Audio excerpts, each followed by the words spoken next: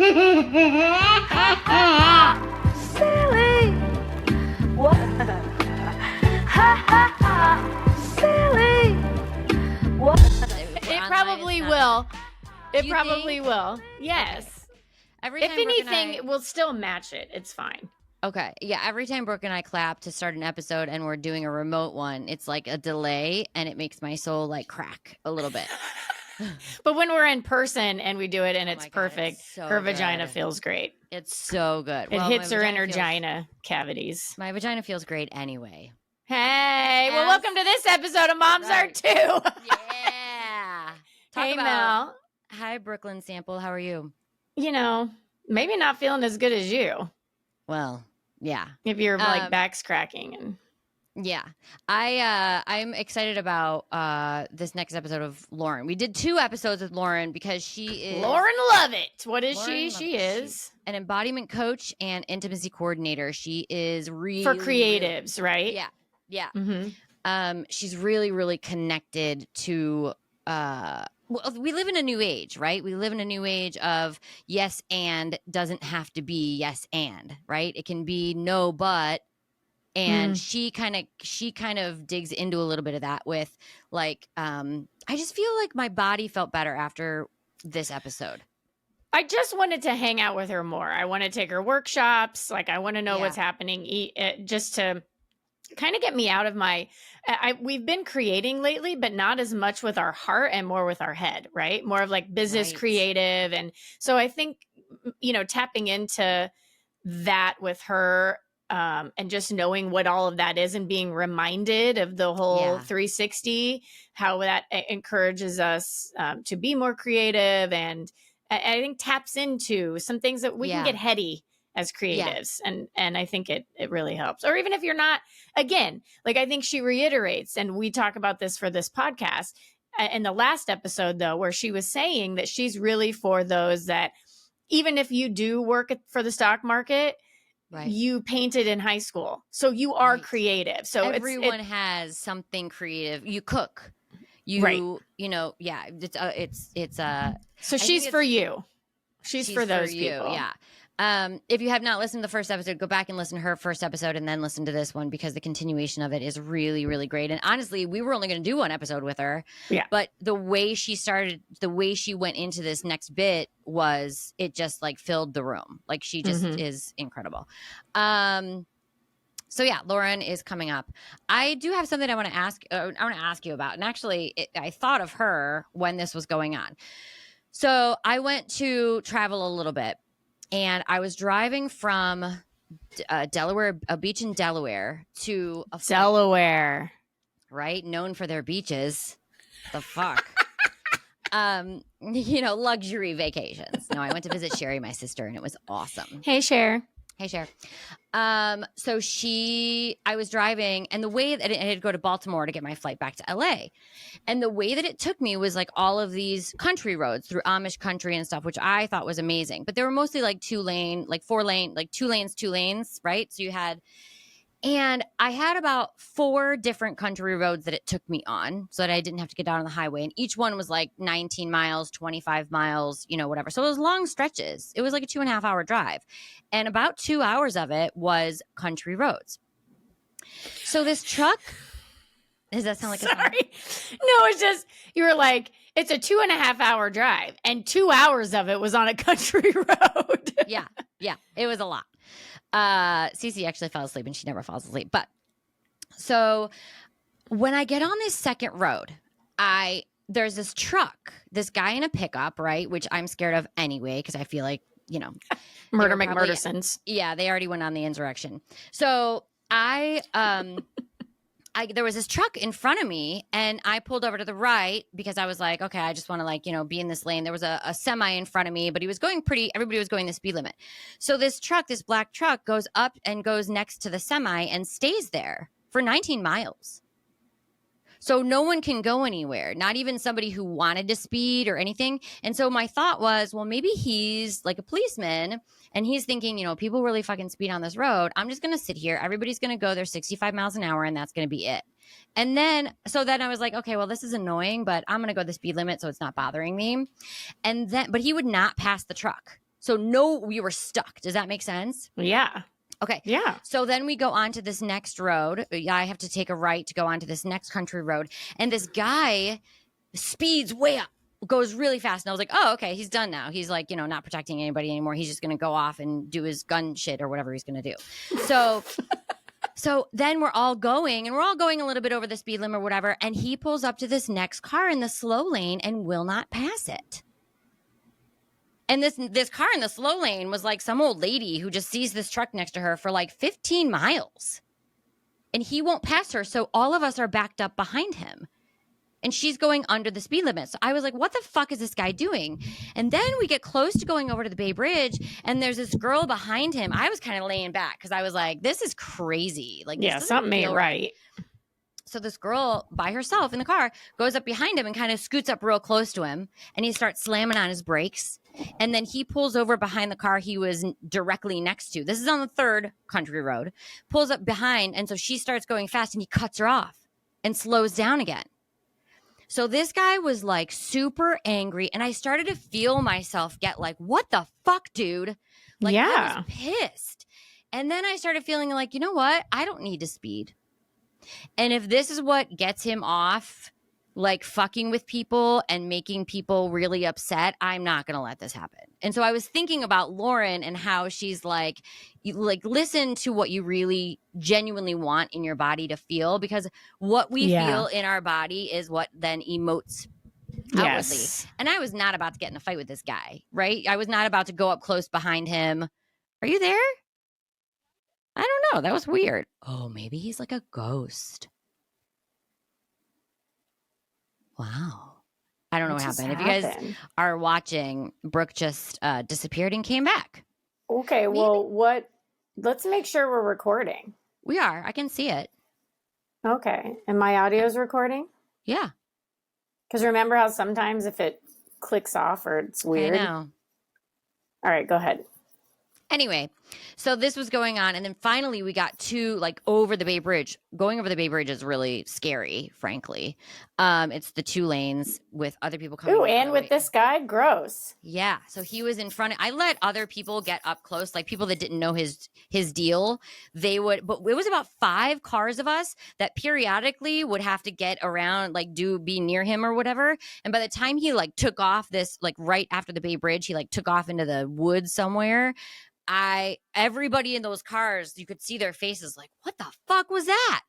So we were kind of all in it together, but I remember feeling in my body like, I am not going to let this affect me. I'm okay going the speed limit. And if this is his jam and he wants people to go to the speed limit or frustrate people, like I don't need to speed but that was a choice I actually had to make my body calm down. Yeah. And isn't that interesting, the power that we have? Yeah. And remember she was saying you have the power within you to do it, and you can't get the power from external stuff. Yeah. Like, so yeah, I think that's something everyone should take away this week. Yeah. Whenever I didn't get murdered. I mean, I chose the good power and did not get murdered. So that was not to say that you don't choose a good power, you still couldn't get murdered, but I think that there is something to be said about that. Yeah. Yay. I'm excited for this episode. Are you ready? I'm ready. I'm ready to go into this industry insider with Lauren Lovett. Let's go into Lauren Lovett. It's time for our industry insider. What? But I do want to talk. You want to talk about the not intimacy coaching or the body. You wanted to talk about the word. What's that word you wanted to talk about? Somatic experience. Yes, somatic. Oh yes. Yeah.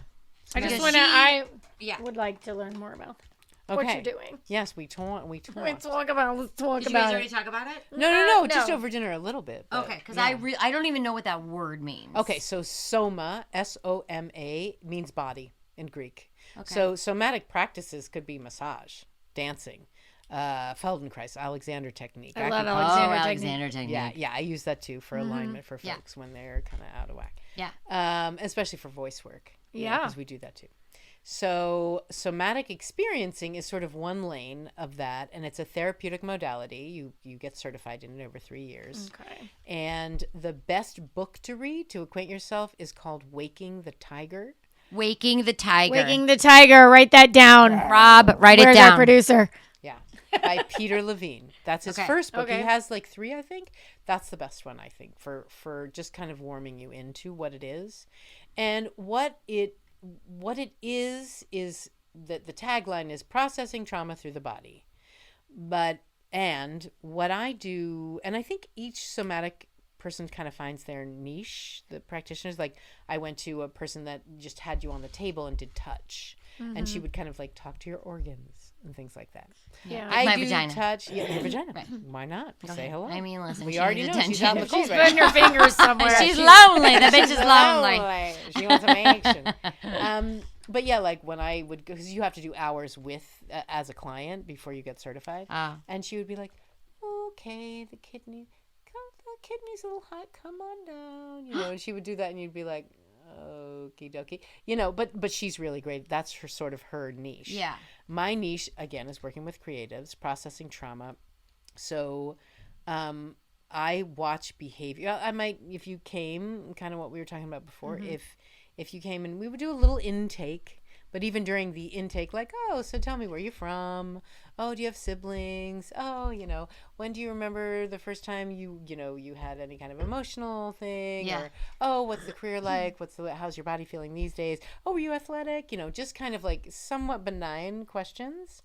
How's your family wellness? You know, and some people go right to, oh yeah, my dad was schizophrenic. You know what I mean? Right. They're super like on it and open. And some people go, fine, everyone's fine. You're like, oh, every single person is of optimum health. But people literally say that. They're like, oh, good, yeah, no problems, no issues. I'm like, well, is there any gastrointestinal issues, any cancers in your family, any, because we want to keep bringing the client back to like, you have a body. Everyone has a body. Because psychotherapy deals obviously more with the psyche, with the mind, and talking. This is body centric. Not that we don't talk, but we're really trying to talk to the body. And I will even say during a session like, oh, how is she doing? How is she doing?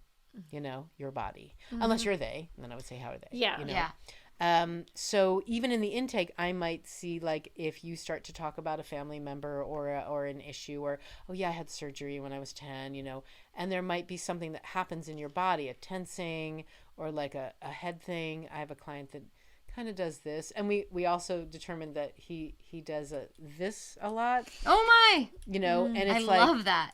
Yeah, he'll be talking about something that he's frustrated by, and he'll do this, and we kind of realized that it was like his mind was trying to change it because it wasn't as he would want it to be. So that was a body manifestation of a mind thing. Do you know? Yeah. So it's not only trauma, but it's like how things just lay in your cells. I was about to say, so is it that when you're determining maybe what trauma they had, knowing where it did settle within the body, like not just like physical things like you were speaking on tics previously, but like internal things. So the person who can do the touch and just move your liver down, is that because she knows that you had trauma? She is more intuitively feeling. Okay. My experience with her is that you talk a little bit. You always talk a little bit before a somatic session. Oh, yeah. To build trust, to have rapport, because you are in the therapist mode, even though you're a practitioner.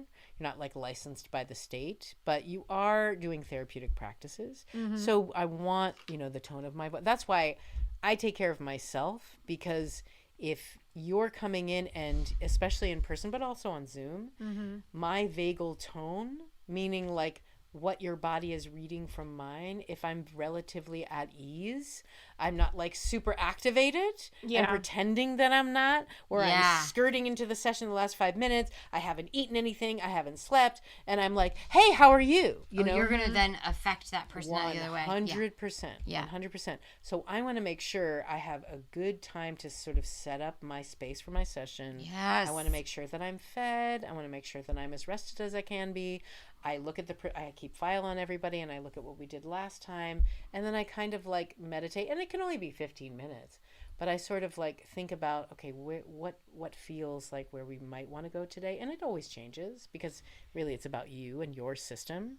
So I even might say, how is she today, or how's the system doing? Are you sleeping more? You know, I care about all of that stuff because it's how your energy is. It's like you were saying, like, I've been feeling so depressed about this thing lately. So we would talk about that. Well, how do you know? What happens in the body when you feel depressed? Because everybody's different. Oh, we're going to talk about it. I'm coming to you. Listen. You know, and that's the thing. There are universals. And then You're there like, are personals. just tell me, please. Tell me, please. Listen, we're getting an appointment next week. Yeah. I mean, I'm not kidding. I need. That would be great. You're great at talking, but I Well, get you it. like me too much, I get it. and she has ulterior motives in the most lovely way. Oh yeah, But like, she wants you to be well, as Right. do I. but also close And to yet- her. yes. But I would still, Of if it was course you would. what you needed, girl, I go, know. girl. I know. But that's the thing. Like, I can't do somatic experiencing with my husband. You know, Right. He's my husband. Right. Now we tried me being his sort of coach, whatever. But now it's like, no, he needs I need a coach. He needs a coach. So Yeah. you say that Yep, there's yep, different kinds of somatic modalities. that people practice. What is your focus? Like, what is it that you then do Or once you? specialty, Yeah, so the embodiment, incorporating the somatic experiencing. I even use somatic experiencing because I used to be mostly like dialect and voice, but even there, I might use some somatic experiencing techniques to help us, because people might come and they'll be like, yeah, my voice is like really weak, you know, and I just can't. So you hear there's breathiness, so there's not enough like cohesion. The instrument might be fine, or you might have cysts or small nodes or palate. Right. Like calluses. I was told in college, you've got callus. You probably have calluses on your 'Cause you're vocal raspy. cords. Well, callus is scar tissue, basically. Right. I mean, it's not really a callus. But I was distracting. My voice was distracting. So she has. That was one of my now notes. because of that one thing that was. Interesting. See how you said that, right? And distracting. Like there was a little. You leaned here. into it, and then you took a drink of alcohol. No, that's water. That's water. That's She's water. got water. And I'll take alcohol for Yeah, it. I mean that is. So many people, so many of my clients have been sort of ruined by grad school. Yeah. Right. Yeah, because they lose their confidence. Yeah. And they feel full of shame and rejected. So we have to build back that confidence. But first, like the talent I think I have in this realm is I'm going to roll up my sleeves with you. And if you have rage, I'm there for that. I'm there for some rage. I'm there for some grief. There are folks that just are terrified of their own rage. I am not. So I'm like, we can work with that. And that's a really interesting thing because I find I have a lot of therapist friends and also a lot of psychic friends, weirdly. But the rage thing is really tough to handle because of parents and people that have rage in their lives, and it can be scary. Anger can be scary. And I have a lot of clients that are shut down because they've experienced from the receiving end toxic anger, which just means whoever, your mom, your dad, somebody was just like no holds barred. They come home and like you and Output. you and It was output, not rage inwardly where it's just rage. Well, you first have to learn how to allow yourself to feel and experience anger. So what is that experience without immediately shutting it down or crying, right? There's nothing wrong with crying, but especially for people socialized as women, we're kind of taught in an implied or direct way, it's okay for you to be soft. It's okay for you to be gentle and cry. But don't you yell. Don't you scream. Because then you're a witch, bitch, etc. You're uncontained. That's not okay. And I'm here to say, look, there's a way to feel anger, process anger, have rage. There are actually exercises we can do to activate and allow that and roaring and gritting teeth. I'm super there for that. And I'm one of the only women that I know that like to work with that in a really positive way. Yeah. Because that's also your life force. It's access. But you're like accessing and making connections to those. And then when it happens, it's not like a validation, but it's not as scary either. So when you are, it's not as scary as what you think it's going to be. Yeah, exactly. Yeah, because of what you've experienced. Yeah. You're not going to kill people with your anger. Right. You're not. Right. You know, and what happens though with some especially of my clients, if you connect with it. If you connect with it. Right. And it's useful. Two kinds of anger. adaptive and maladaptive. Now, this is what the maladaptive part is, what everyone has been running around saying, oh, anger is just a secondary emotion. It's not really the thing. You're angry because you're actually hurt. That is maladaptive anger. That's where it's outsourced, where you just like pop off at people because actually you're in grief. Right. Because actually you feel isolated and unseen. Then there's adaptive anger, which is I have been violated. It doesn't have to be physical. It can be emotional. Right. I have been violated. It is an anger that is appropriate, that can be directed like, I am angry right now. I'm really angry that you've done this. Yeah. You know, and you can have emotion with it, but it's not just a pop off. Do you know what I mean? Right. Yeah. So we just get in the weeds with that in a good way. Yeah. It already feels good. Ooh, I Like wanna even the way play. you like wiggle in your chair, like everything about how you address things feels really, really good. Well, you and have right some in your workshops body. coming up, right? I You do. got some things. Did an people anger can... one last month. Okay. Yeah. And well, by the time this airs, it'll be past. But at the time we're taping this tomorrow, I'm doing one on money.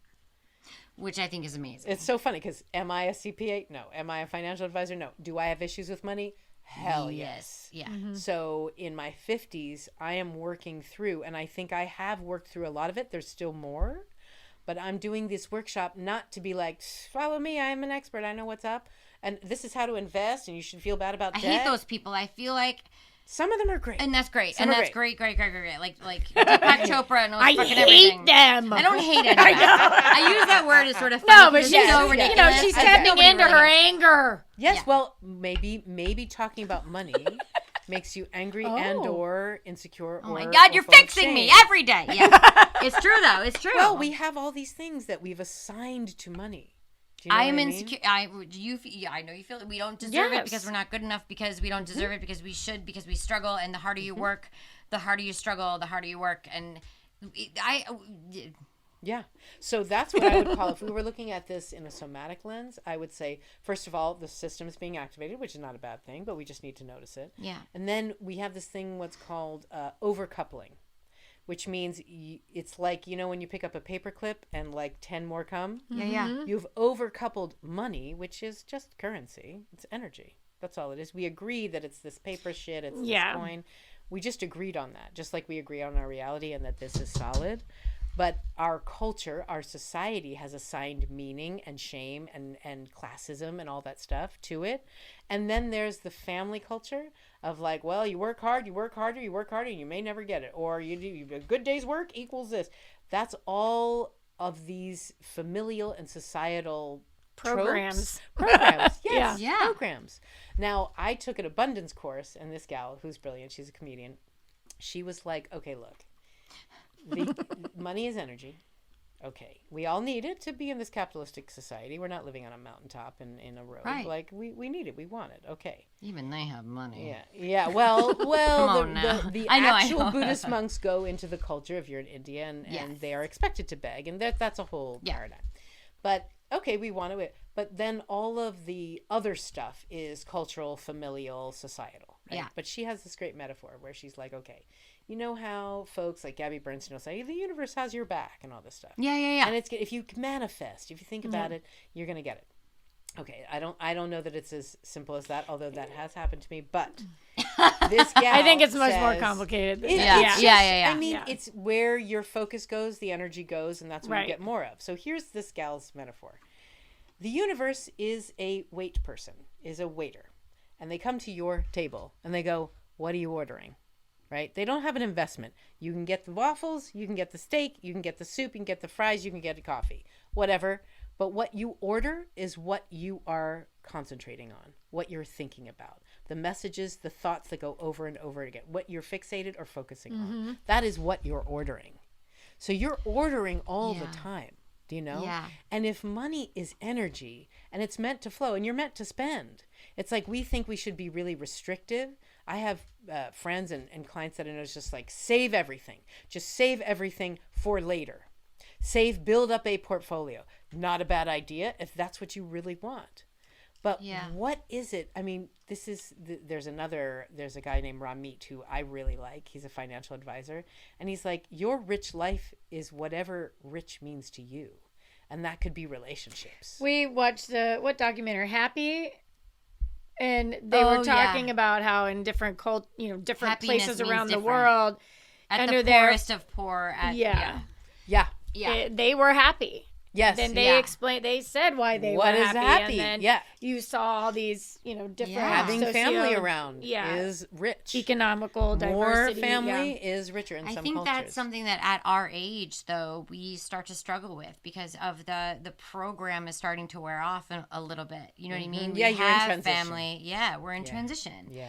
And also because of what's happening in the universe and also the switches and also And the world, whatever the globally, fucking we're plane not we're on in right good shape. now. It is a shit show. Hold on, like something switched at some point, right? Like we're all like either going in the right direction or we're like, I don't know, Or like Well, in just a limbo, like you were we're in saying, a new transition. planes. We're in It's transition. like And at this age, and you're a little bit younger, but at this age, this is it. This is the transition. This is that next chapter of, wait a minute, of awareness. I And feel it. I don't believe what I've been told to believe, but That's what do I right. believe in now? Right. Yeah. It is. And that takes a minute.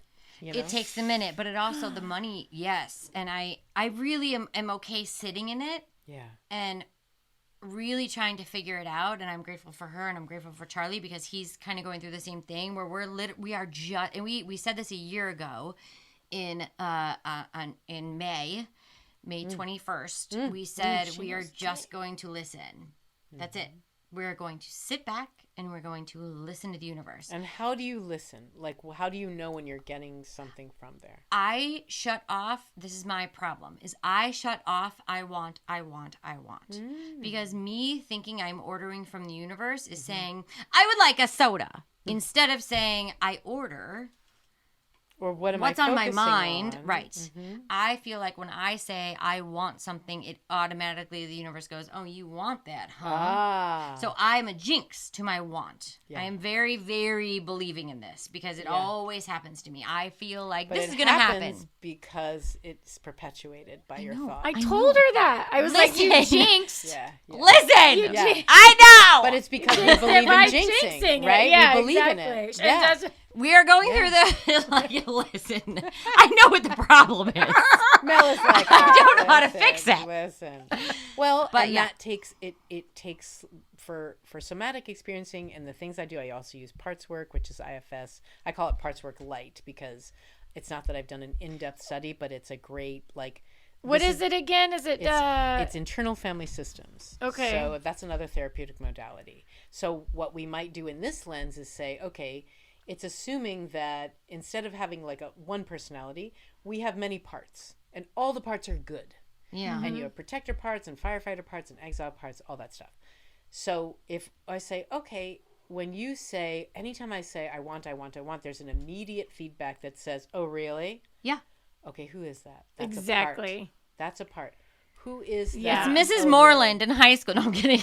Well, but I mean, if a little you could bit. externalize it, what does that person sound like? What do they look like? If they were standing in front of you, what would their body be like? What would they be wearing? Yeah. Who is this person? So we would externalize it, and we would give them a name, and then, fellow artists, this is where it's fun to talk to artists, work with artists this way. And then we go, after a time, depending on, you know, we don't have to rush it, but at a certain point, I might, if you fleshed her out, and it's a she, and it's Mrs. Morris, or whoever, or it's that part Moreland. Mrs. Moreland. Mrs. Moreland.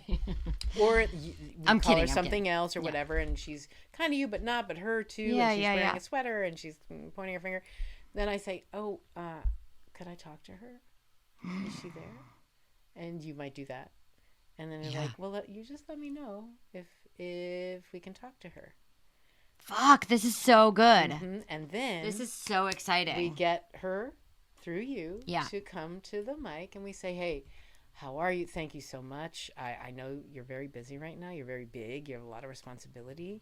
Can you tell me, like, how are you doing right now? It feels like you're really big. Like, what do you want Mel to know that she doesn't know right now? What are you trying? So you, the self energy is what we call it. Mel, the clear, compassionate, like your sort of higher self is there, right? Listening with me. I say Mel's listening too. So we just want to know, like, what's going on. It's so great because especially as artists, it's so cool. This is why cool. I am not for like your typical, I don't know, accountant, because they're not going to play. Right. But we No, but maybe an accountant because it's all the left brain or whatever it's called. Which one is the creative? Right. Yeah. But I feel like, and I used to do a class that was like, there's art in everything, right? So there's improv in everything because we have conversations, and we give book reports, and we we're have alive. to listen, and we're alive. Yeah. And so I feel like there are a lot of people, especially, I mean, honestly, if they're listening to our podcast, they're already fucked up.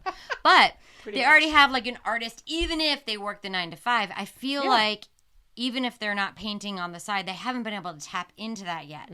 They know that they listen to themselves. They know that they read the books. They know that there's something bigger than this, and there's something in their kindness or their dogs. If you have that art whatever. in you, I mean, everyone does, but it's a matter of, is sort of in this go round, are you willing to play and tap in? And for me, I've worked with all kinds of people over 20 years, and I just keep saying, I'm for creatives, I'm for artists, because it's too much struggle to try to work through people's resistance. Yeah. Now, not that artists are not resistant. Of course, you're going to hit a wall. Because you got ego with artists. Yeah. You get ego, you get resistance. Yes, there's resistance, but if you know that you're an actor, a musician, a dancer, a writer, a director, all of these. You hear things. And there's an entertainment of the vastness. Yes. There's a, what else there? Yes. There's that thing where it's like, it's weird, it's whatever, but let's play.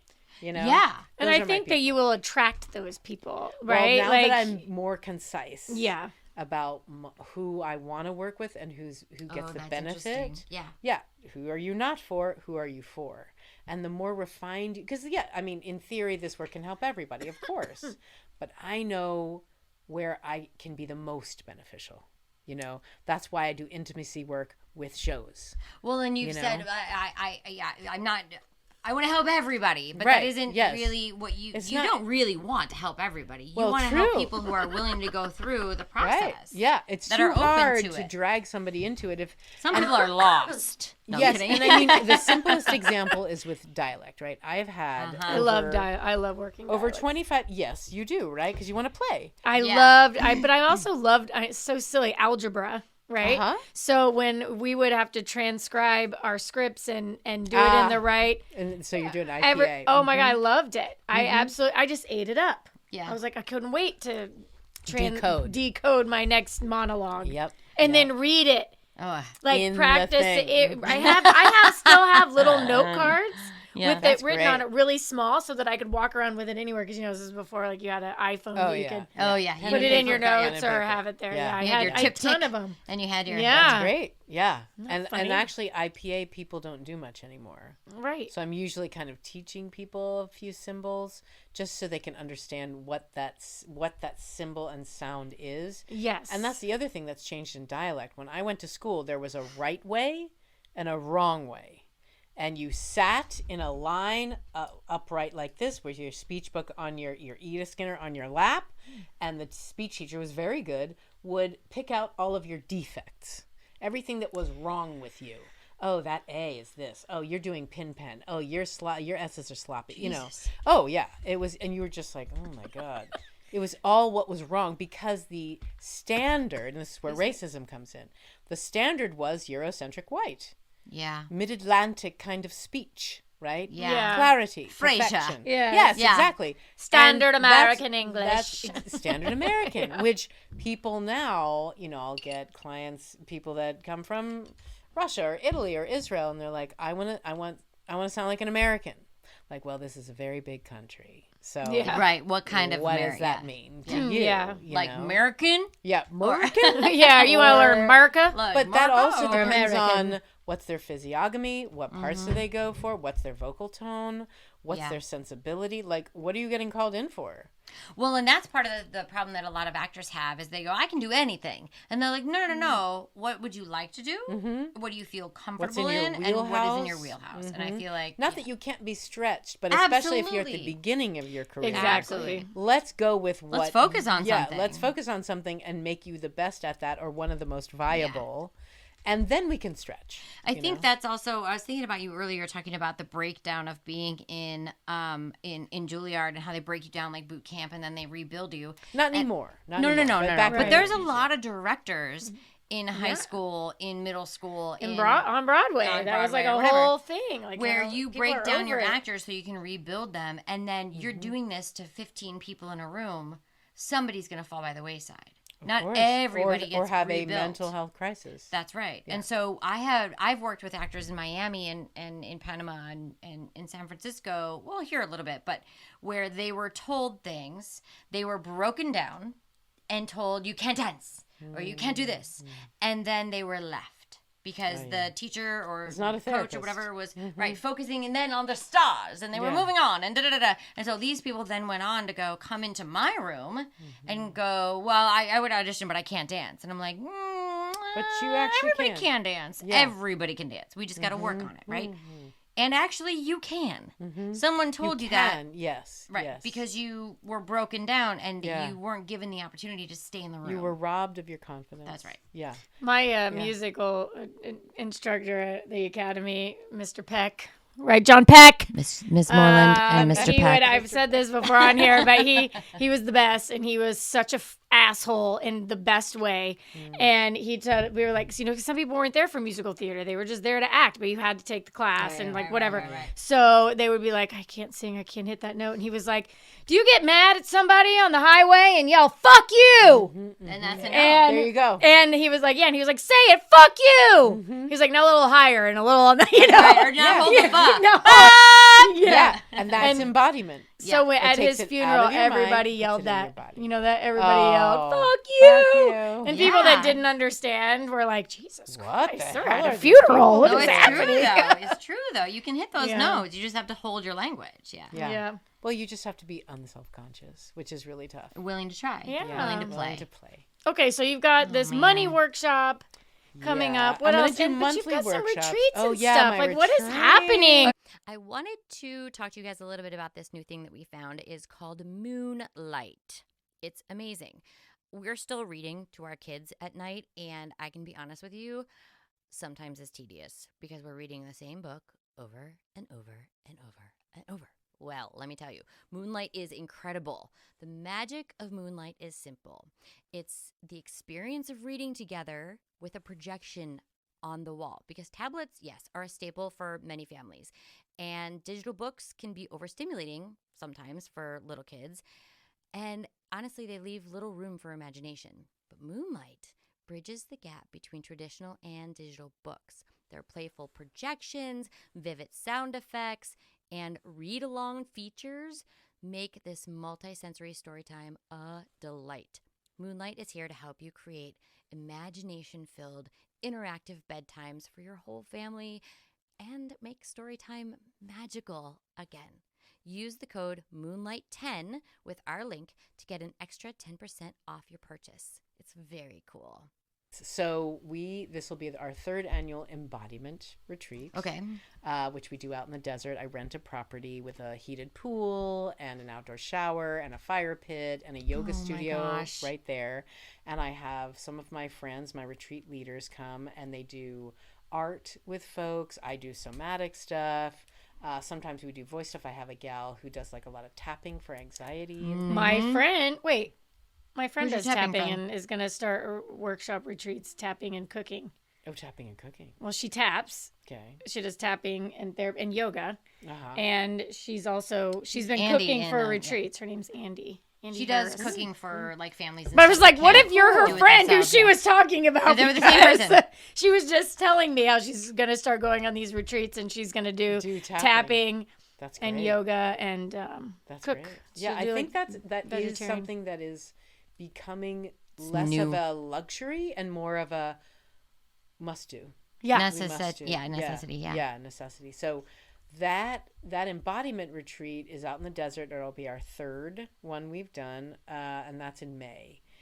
Before that, I'm pretty sure, I'm just working on the contract right now with this company. I'm going to do one in Tulum, Mexico. Wow. In March. Okay, so this is 2024, March, and then May. And then before that, in October, I'm working on sort of a slow burn messaging about a creative process retreat with singer-songwriter Pam Rose, who's won a ton of awards. She's a collaborator. She's worked with a lot of folks. She's not from Nashville, but that's where she's planted in Franklin and Nashville, and she's sort of a country music person. And we have been working on a series about the creative process because that's what it's going to be in October. She also does like a lot of astrology. She's been studying that. So it's like what's our place in the universe, but also like songwriting and writing workshops. You are just speaking our language. Yeah, All right. right. Yeah, so that's October. Because we Oh were, my that's, gosh. oh my God. Well, we're going to sign up for those things. So if you want to come with Moms Art too, Yes, come to and Tulum. They're very small. So we usually Don't come. try to do I need space. 8 folks, maybe 10 in Tulum. It's between 8 and 12 people only, because I want to know the people. I always Zoom with everybody beforehand, so that and you want I to focus can get on them. Oh, yeah. absolutely. It's not like personal, like in an invasive way, but I like to know who's going to be there and what they're looking for. Yeah. Because I can always, because I sort of run, I mean, Pam and me, it's a collaboration. I'm kind of managing her. I'll do some somatic stuff too, but it's really about sort of people that love her music and country music and are more interested in songwriting and writing, and I'll do some somatic stuff as well. But then the other two, it's like I run them, and then I bring in my friends who do their special thing. With art or tapping or what have you. But I'm always sort of architecting, even on the day. Like, we have the program, we have all kinds of program materials, and we know what we're going to do. But depending on the energy of the room, and if you only have 8 or 10 people. That's so smart. That's so smart, because otherwise you're like a cog in a machine. And even though you feel like you're being heard and stuff, you genuinely are taking the space to make sure that every single person in the room is getting what they need. Specifically. In their completely different way. Yeah, and it's up to them, of course. Of course. But that's the thing. Like, and when we do the embodiment retreat, we have 24 hours of silence and digital fasting. So you're not on your phone, you're not on the computer, and you're, for 24 hours of the retreat, you're not talking to anybody. And we tend to do quiet mornings too. Can you talk to yourself, or no? Is that another thing? Not out loud, right? I've never. I will tell you this: is I try to be very like self-aware in things, but I've never done yoga. You don't have to. Which seems insane. I feel like I'm so not connected. We do have yoga at these, but the gal that I know how to do those things is be quiet. But, well, you can, but you just, there's something in you, and this goes back to what you were saying before, that feels like, if I don't speak, I'll disappear. Yeah. You know? So it's almost like proving to you that you won't. You know, and that there's a... That's too fucking scary. I love that. It's too fucking scary. You I have the only thing I have is funny. It's all I true. have. You have that. You have that, right? And that's great. But This that's podcast is all not you for have. crying, Lauren. I'm not gonna cry. I'll cry after. I'm a super hardcore. But it's normal. It's normal. Emotion is normal. That's how we're built. It feels so good to talk to you. Oh, I'm so glad. I mean, I made it all about me, of course. But even if it wasn't all about me, like everything you said, I feel like is so tangible to everybody else listening, whether they're in the creative industry or not. Practice. It just is so exceptional what you speak of. It's well, and really you're amazing. at a time in your life where this is. I'm hearing You're hearing it. Whereas, you know, if you were 10 years younger, or I was older, or we just didn't hit it off, it would be like, yeah, okay, that's cool. But these intersections happen when we're ready. You know. Yeah, absolutely. For me too. Yeah. Well, tell us where we can find you. Where are you at? Well, my website is laurenlovett.com, just my name. Lauren Lovett. Lauren Lovett, which is the best you gotta name. love it. Instagram, where you will find all the things, is Your Desert Witch. Oh, Hell yes. And the retreat site is Desert Witch Retreats. Okay. Okay. And then I'm going to be creating an online course. I'm going to shoot it in July. Okay. And my brother-in-law is starting something on Kajabi, which is going to be sort of like a Sounds True, which is basically a platform where he's going to have a lot of different classes about like you and your spirituality and things like that. Not religious, but things like this. So I'm going to do a course that's called, we just named it, Liberate the Creator Within. That's So even that's for why the I accountants. Need that. That's even for accountants. Yeah. Where they're Now like, you're I feel opening something it up. inside me. Yeah. And there's gonna probably, I think, gonna be 2 levels where one's just self-guided. You can buy the course and just do it as you wish. And then I hope to, it's harder to do, but I have done it before, more synchronistic meetings where we have a cohort and we meet once a week and we go through the slides, and then you can meet with me privately to see like how's it going and homework and exercises and things like that. So That's hopefully great. that will be available in August. Lauren Lovett is saving the world. Lauren Lovett, thank you for being here. Hey, wait. Yeah. Before we go, Oh. do you have something to tell us? Oh, Moms are too. Got something to tell ya Right now. today. Oh. and maybe you've noticed these They're crazy gorgeous. nails. So thank you, Nail Republic in where was it, Sherman Oaks, which is, I think they are Armenian gals there. Okay. Love Well, them. they know what the fuck they're doing. They do. They Yeah. do. Yeah. Thank you, Mane. So because I've done touch and I've done massage for a long time, and I still do people on the table when they come to my studio in the desert, I haven't indulged myself in false nails. But at 52, I'm now realizing. I love you have Barbie hands right Yeah. now. And You're And like, you also have like the longest fingers of like piano lady. It's beautiful. Well, I've got the finger tattoos too. Yeah, you Yeah. do. Everything which about it is I perfect. can't explain to you now. It's fine. But now I realize it's not even that funny, but it's like getting one's contacts out. Oh no. Then you're like poking your Oedipus, eyeball out. You're No, Oedipus, yeah. you're gouging No. your eyes out. You have an eyeball on Texting, it. it takes me, and now I'm one of these people where I need to text like that. So it's just a minor like humiliation, and also like, is this really me? Is this my life? I mean, 'Cause it I'm feels usually fun. down and dirty. Yeah. But Yeah. now this is like, I'm. How do like, you one feel of- with them on? it makes you feel different, doesn't it? It is different. Yeah. It's different. There's an It's arrow. great. It's being present with the difference, right? So are you Yeah. for them or I'm for them as a fun summer fling. Ooh. But then Okay. they gotta go. At Yeah. a certain point, I can't do the touch stuff. Yeah. I think 'Cause- some people have just adapted. Like people who Yeah, have some had people long are nails their whole genius life, at like it. they are just adapted. Oh yeah. Like I don't understand the Kardashians. Those are fucking I crazy don't ass long and understand. pointy. Well, here's one clue. I Okay. figured out. Okay, you know how you have like pots of moisturizer and stuff. yeah. Yeah. Now I used to do this. Oh Yeah, yeah, but no. it's under No, your it's fingernail. gotta Gotta be go here. this way. You use the back of it and Yep. smear it here. Mhm. So I from wonder if me you to can take your contacts out that way. the back- How do I you don't do know. it? I just have to like pinch my Oh eyeball. golly. So- Oh golly. Sorry, is that really what we want to know? Yeah. Yes. We need to know the facts. Yeah. We need to Because know you that. need to know whether So you're going to here get them you or go. not. Yeah, exactly. You need to know. Moms are too.